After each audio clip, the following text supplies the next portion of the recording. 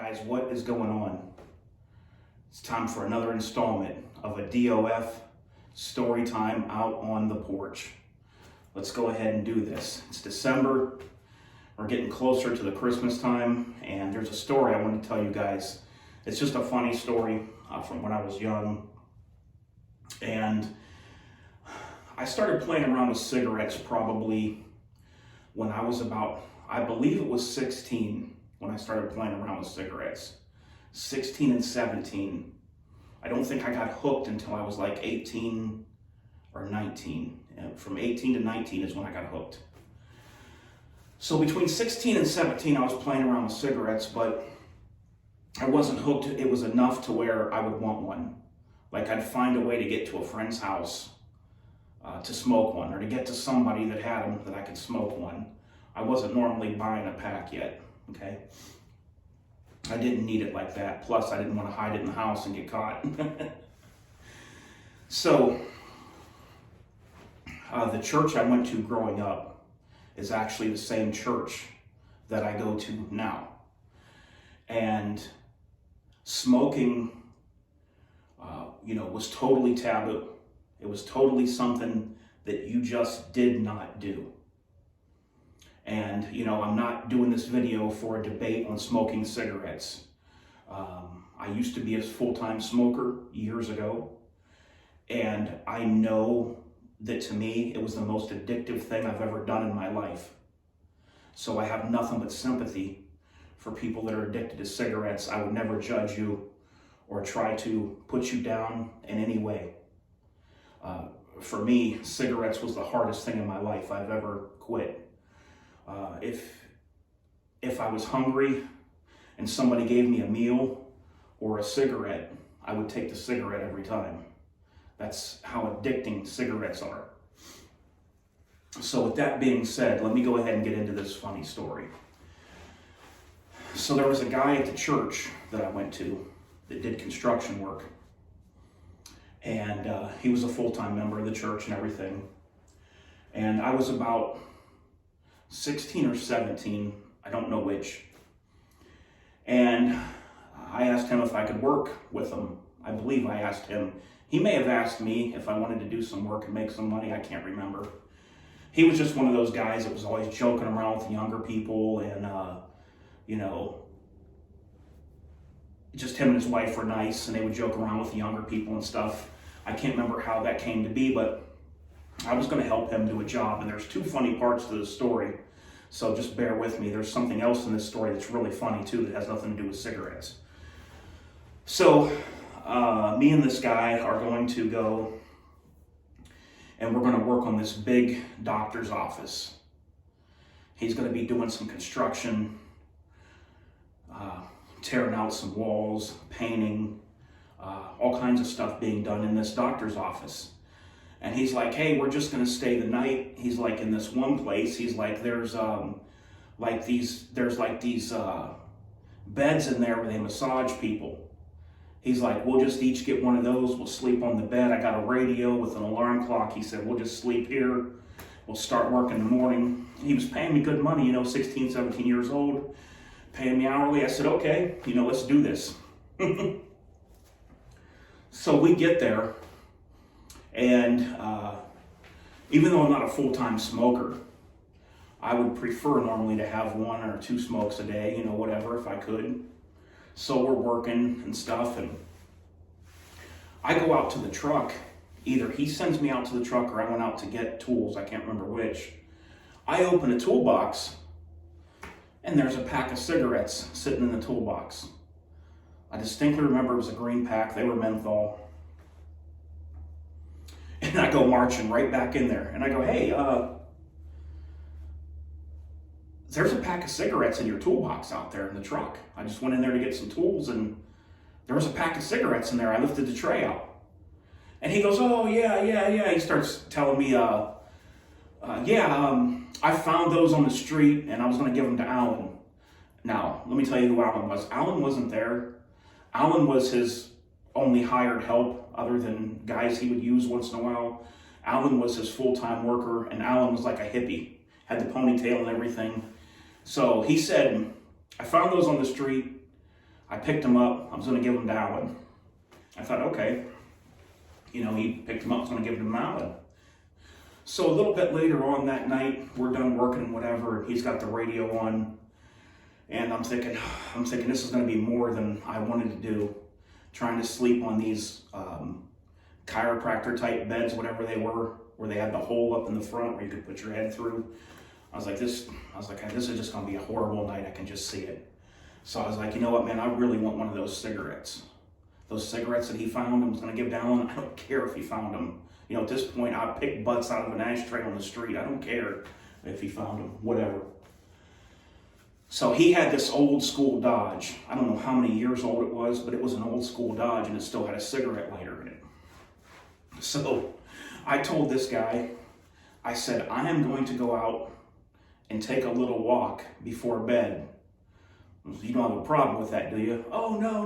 You know, go right ahead. You know, I'm gonna make some coffee in there in the coffee machine and, you know, this and that and the other thing. Guy drank coffee like 24/7. I said, okay.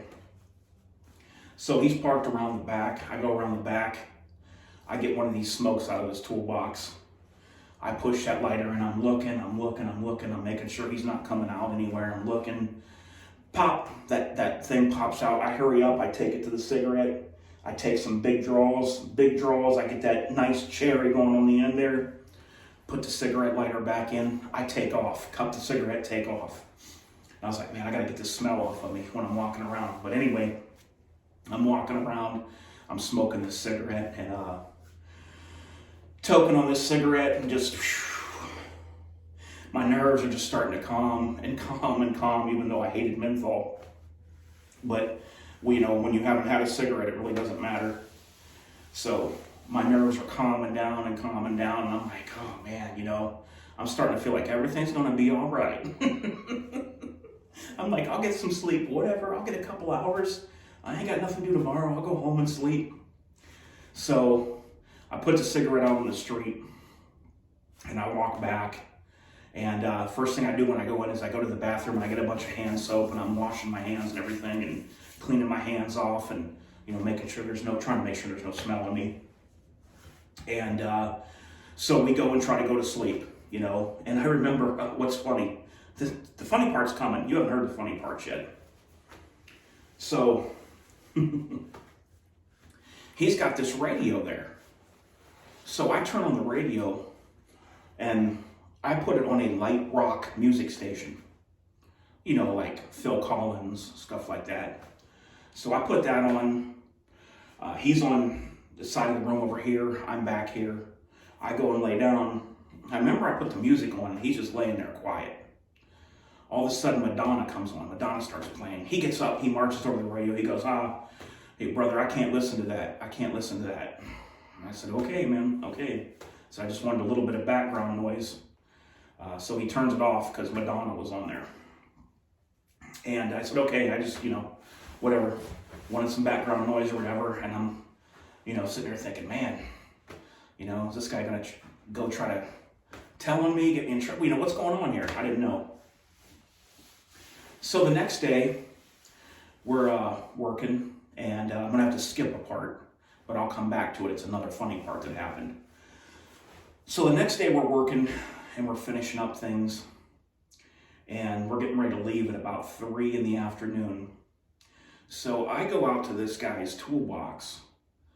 The cigarettes that he said he found, I get in his toolbox, I take those cigarettes, I pocket them inside my pants, and I take them. I take the cigarettes. I'm like, I'm taking these home with me. Maybe I'll go to a friend's later tonight. I'm gonna have some smokes, you know, go have to walk around and have one when I get home maybe. I take the cigarettes and we go back. I had an old junker car. I think I had it parked at the church. I go back, he takes me to my car. I take my car home. Probably had a smoke on the way, who knows. And so the funny part to this story is that not too many years later, he stopped going to church. And here I come to find out from somebody that he had been a full-time smoker, undercover, hiding it from everybody. And they even told me that he smoked menthol. Exactly what was in that toolbox. And it all started to come back to me. I was like, why would he find cigarettes on the street? He doesn't believe in them. He doesn't smoke them. Why would he pick up open cigarettes off the street for another guy and put them into his toolbox? I was like, you idiot. I was like, how did I not know that? And then the second thing that hit me was, those were his cigarettes, and I stole them after he lied to me and said that they weren't his and that he found them. I straight up stole your cigarettes. Oh, man. Can you imagine? There's nothing he could do about it when he seen they were gone. What could he do? Was he going to go say, hey, Paul, what happened to those cigarettes? He didn't want to question me about the cigarettes because he wanted the spotlight to be away off of those cigarettes.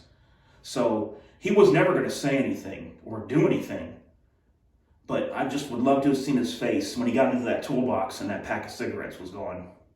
Because I found out the whole time he was there at the church, he was an undercover smoker that was hiding it from everyone.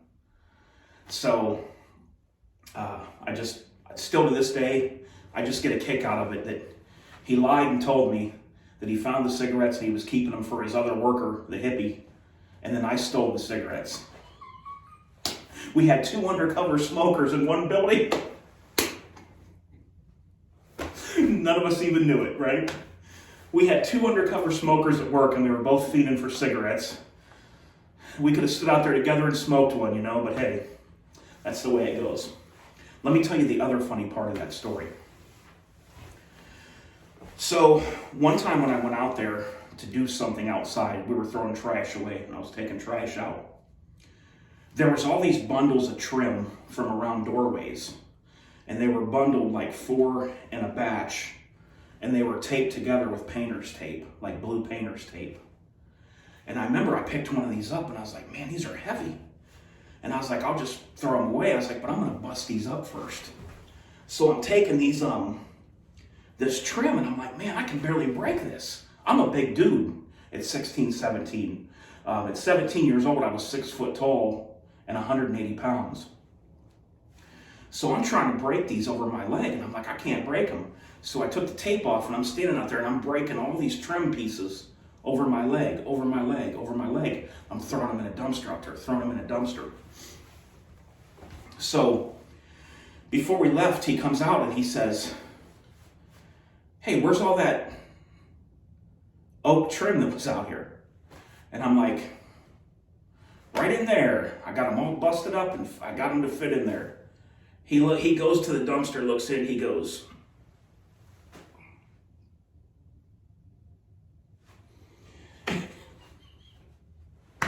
he looked at me in the face and started laughing. He goes, you have got to be kidding me.